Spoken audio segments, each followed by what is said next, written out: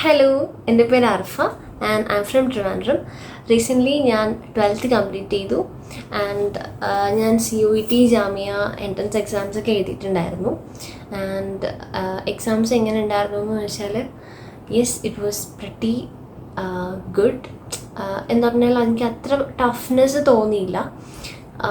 General ടെസ്റ്റാണ്, CUETയിൽ general ടെസ്റ്റാണ് കുറച്ചും കൂടി ഒന്ന് പാടായിട്ട് തോന്നിയത്.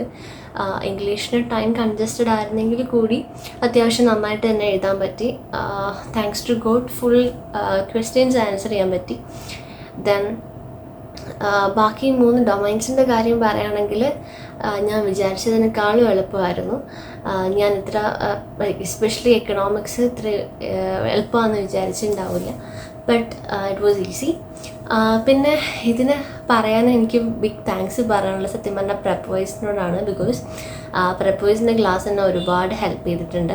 ഞാൻ Prepwise-ൻ്റെ ഒരു ഫുൾ പാക്കേജ്ഡ് സ്റ്റുഡൻ്റ് ആയിരുന്നു. സോ +1 മുതൽ +2 വരെയുള്ള എൻ്റെ ബോർഡ് എക്സാം ജേർണിയിലായാലും ബാക്കി ഏത് എക്സാംസിലും ഞാൻ Prepwise-ൻ്റെ ക്ലാസ്സസ് ആയിരുന്നു കണ്ടുകൊണ്ടിരുന്നത്. ആൻഡ് എനിക്കുണ്ടായിരുന്ന എല്ലാ സബ്ജക്ട്സിൻ്റെയും ക്ലാസ് എക്സെപ്റ്റ് ജോഗ്രഫി എല്ലാത്തിൻ്റെയും ക്ലാസ് എനിക്ക് Prepwise-ൽ നിന്ന് കിട്ടി. So that was so helpful. And എനിക്ക് ഇതിനകത്ത് Prepwise-ൻ്റെ കാര്യത്തിൽ എനിക്ക് ഏറ്റവും കൂടുതൽ ഇഷ്ടപ്പെട്ടൊരു കാര്യം എന്ന് വെച്ചാൽ മെൻറ്റർഷിപ്പാണ്, മെൻറ്റർ സപ്പോർട്ടാണ്. ബിക്കോസ് എൻ്റെ മെൻറ്റർ മാസനായിരുന്നു.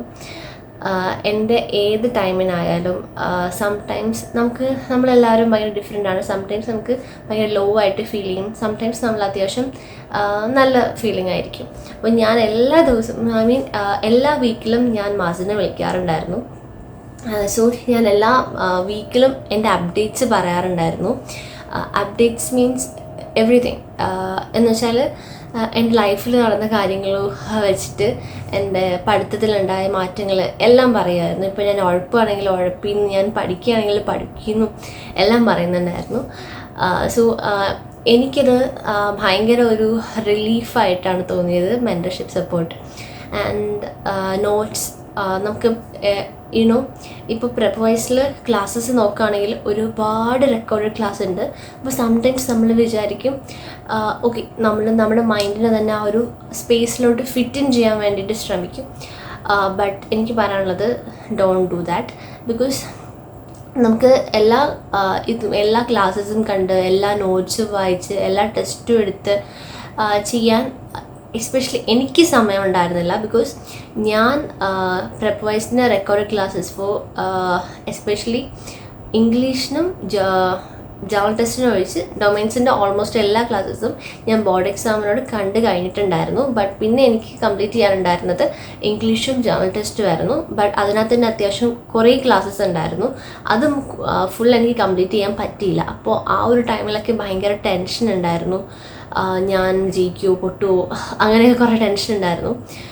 ബട്ട് എനിക്കപ്പോൾ ഞാൻ മാസിനെ വിളിച്ചപ്പോൾ എനിക്ക് മനസ്സിലായത് ബിക്കോസ് നമ്മളിത് ഓൾറെഡി പഠിച്ച കാര്യമാണല്ലോ. സോ നമ്മൾ ഇത്രയും ടെൻഷൻ അടിക്കേണ്ട ആവശ്യമില്ല. പിന്നെ എക്സാം കൂടെ എഴുതി കഴിഞ്ഞപ്പോഴത്തേക്കും മനസ്സിലായി ഞാൻ വിചാരിച്ച അത്രയൊന്നും ആയിരുന്നില്ല. CUET വാസ് ഭയങ്കര പാടായിരുന്നു എന്ന് പറയാനൊന്നും പറ്റത്തില്ല.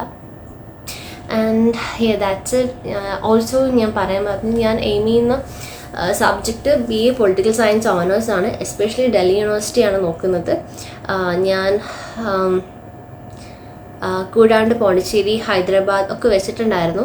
ബട്ട് ജനറൽ ടെസ്റ്റിൽ എനിക്ക് വലിയ ഹോപ്പില്ല. സോ ദാറ്റ് ഞാൻ പോണ്ടിച്ചേരിയും ഹൈദരാബാദും എൻ്റെ ലിസ്റ്റിൽ അത്ര കൂടി ഇല്ല.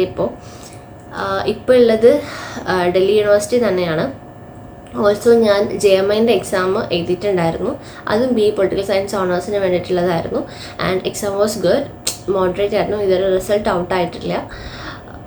ബട്ട് എനിക്ക് ഒരു അബദ്ധം പറ്റിപ്പോയത് നെഗറ്റീവ് മാർക്കിൻ്റെ കേസിലാണ്. ബിക്കോസ് അത് അക്സെപ്റ്റ് ചെയ്യുകയാണെങ്കിൽ ദാറ്റ് വാസ് ഗുഡ്. കുറച്ചുകൂടി നന്നായിട്ട് പ്രിപ്പയർ ചെയ്തിരുന്നെങ്കിൽ അഫ്കോഴ്സ് ക്രാക്ക് ചെയ്യാൻ പറ്റുന്ന എക്സാം തന്നെയായിരുന്നു.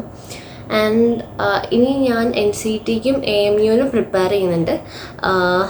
And that's it. Bye.